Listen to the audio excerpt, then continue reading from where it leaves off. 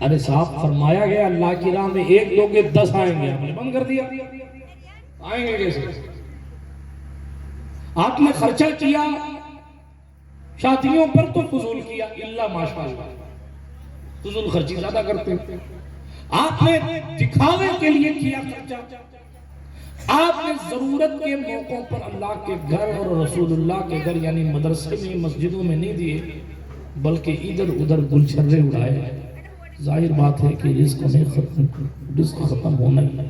قرآن نے کہا لئن شکرتم لازیدنکم ولئن کفرتم ان عذابی لشدید، اگر تم شکر کرو گے تو میں نعمتوں کو بڑھا دوں گا، اور اگر تم ناشکری کرو گے تو پھر میرا عذاب بڑا سخت ہے۔ حضرت رابعہ بصری کا قصہ ہے نا، حضرت رابعہ کے مہمان آئے تو دیکھا سرکار رابعہ نے ان کی کچن میں رسوئی میں 2 روٹی پڑی ہوئی تھی، 2 روٹی 1 روٹی تھی، مہمان 2 تھے۔ سرکار رابعہ ادویہ بصریہ ان کے ذہن شریف میں خیال آیا 1 روٹی میں 2 لوگ کیسے کھائیں گے؟ انہوں نے اس 1 روٹی کو لیا اور اللہ کی بارگاہ میں صدقہ کر دیا۔ تھوڑی دیر کے بعد ایک شخص آیا، اس نے دروازے پر دستک دی، کہا رابعہ تمہارا کھانا لایا ہو۔ رابعہ نے ٹفن کھولا تو دیکھا اس میں 8 روٹیاں تھی۔ رابعہ نے واپس پیک کر دیا، کہا یہ میرا کھانا نہیں ہے، لے جاؤ کسی اور کا کھانا ہے۔ وہ ڈبہ پیک کر کے واپس لے کر چلا گیا، شاید وہ کسی اور کے گھر کا کھانا تھا۔ تھوڑی دیر کے بعد پھر دروازے پر دستک ہوئی،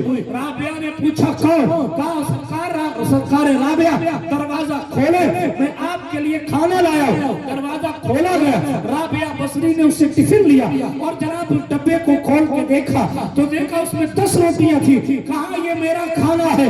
پوچھا رابعہ پہلے 8 روٹی منع کر دی، 10 کو قبول کر لی، حالانکہ 8 والا کوئی اور تھا، 10 لانے والا کوئی اور۔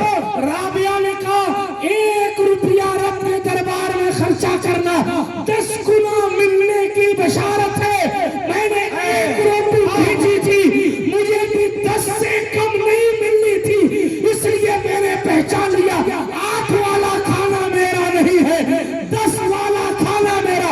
یہ لوگوں کا لیول تھا کہ وہ گھر میں بیٹھے مہمان کو بھی 10 گنا زیادہ کھلانے کے لیے 1 روٹی صدقہ کر دیا کرتے تھے۔ قدرت ان کے تصور اور ان کے ایمان اور ایقان کا خیال کرتے ہوئے ان کے گھر میں رزق کا انتظام فرما دیا۔ سبحان اللہ، نعرہ تکبیر، نعرہ رسالت، عظمت اسلام۔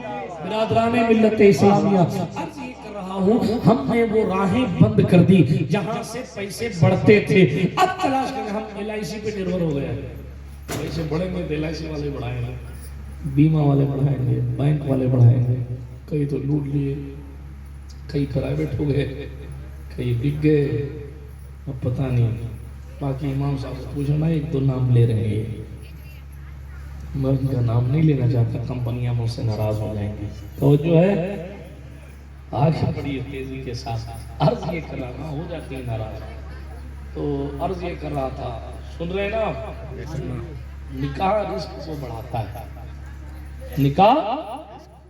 اس لیے میں اپنی اسلامی رشتے کی بہنوں کی بھی توجہ چاہتا ہوں، خالی رجائیوں پہ دھیان نہ دیں، ادھر بھی دھیان دیں۔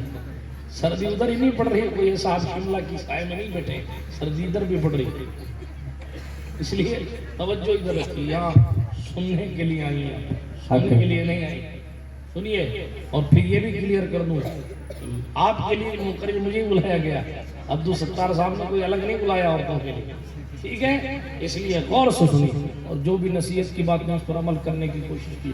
جب لڑکا لڑکی کی عمر ہو جائے، بلوغت کے بعد آپ کو جلد سے جلد نکاح کے بندھن میں اس کو باندھ دینا چاہیے۔ سن رہے ہیں؟ سن لیجیے، ہنستے ہنستے قیمتی بات سن لیجیے۔ حضرت مولا علی نے فرمایا جب جنازہ تیار ہو جائے تو اس کو نہ روکا جائے، جب بیٹی بالغ ہو جائے تو اس کو نہ روکا جائے۔ ایک حیا کا جملہ ہزاروں رشتوں کو خراب ہونے سے بچا رہا ہے۔ بیٹی بالغ ہو جائے تو اس کو نہ روکا جائے۔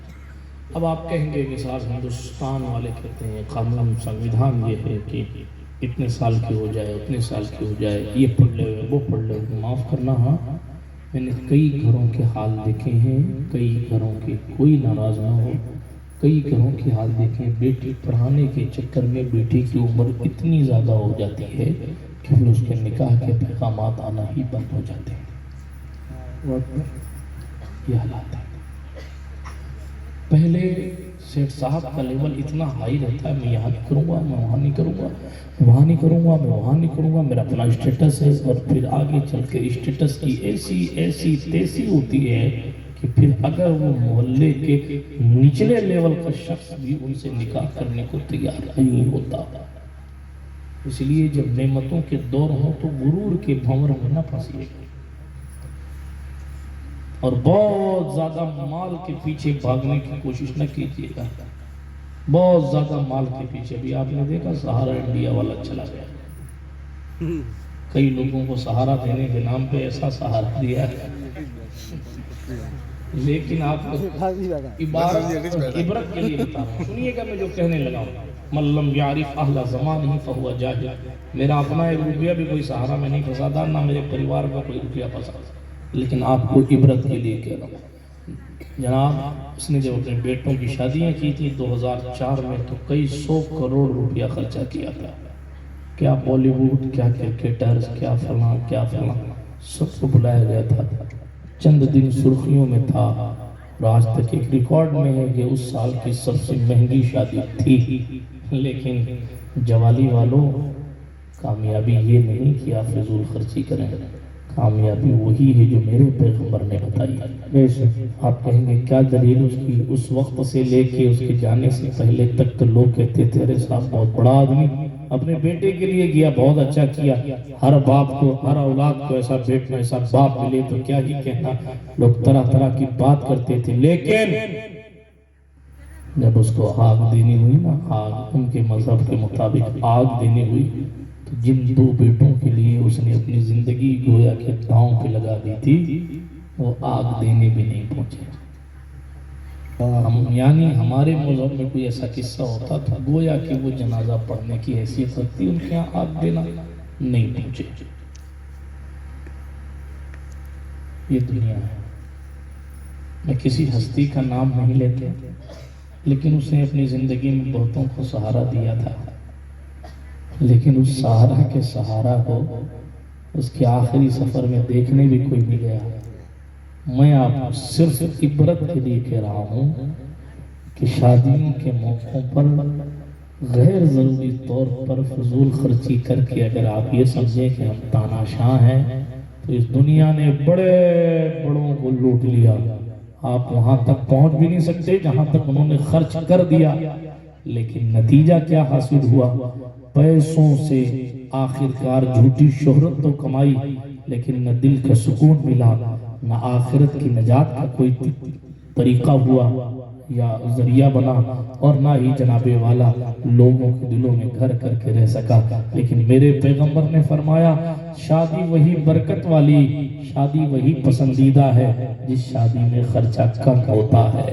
برادران ملت اسلامیہ، آپ کو یہ سمجھانے لگا تھا کہ نکاح سے رزق بڑھتا ہے، اس لیے نکاح کو بر وقت کر دیا جانا چاہیے۔ بلکہ اور حالات حاضرہ کو اگر دیکھ کر میں عرض کروں، آپ کے علاقے کا حال امید ہے بہت اچھا ہوگا، لیکن بڑے شہروں کے حالات بہت خراب ہیں۔ مسلمان لڑکیوں کے حالات اچھے نہیں، مسلمان لڑکوں کے حالات اچھے نہیں۔ پری پلان طریقے سے عیاشیوں کا بازار گرم ہے، پری پلان طریقے سے معاذ اللہ مرتدہ ہونے کا ایک طریقہ، ایک باقاعدہ آپریشن چلایا جا رہا ہے، جس سے معاذ اللہ اسلام کی شہزادیوں کو انٹرنیٹ کے ذریعے اور کالج کے نام پر، ایجوکیشن کے نام پر، کوچنگ کے نام پر ورغلا کر اللہ الصمد ان کے ایمان کو چھینا جا رہا ہے۔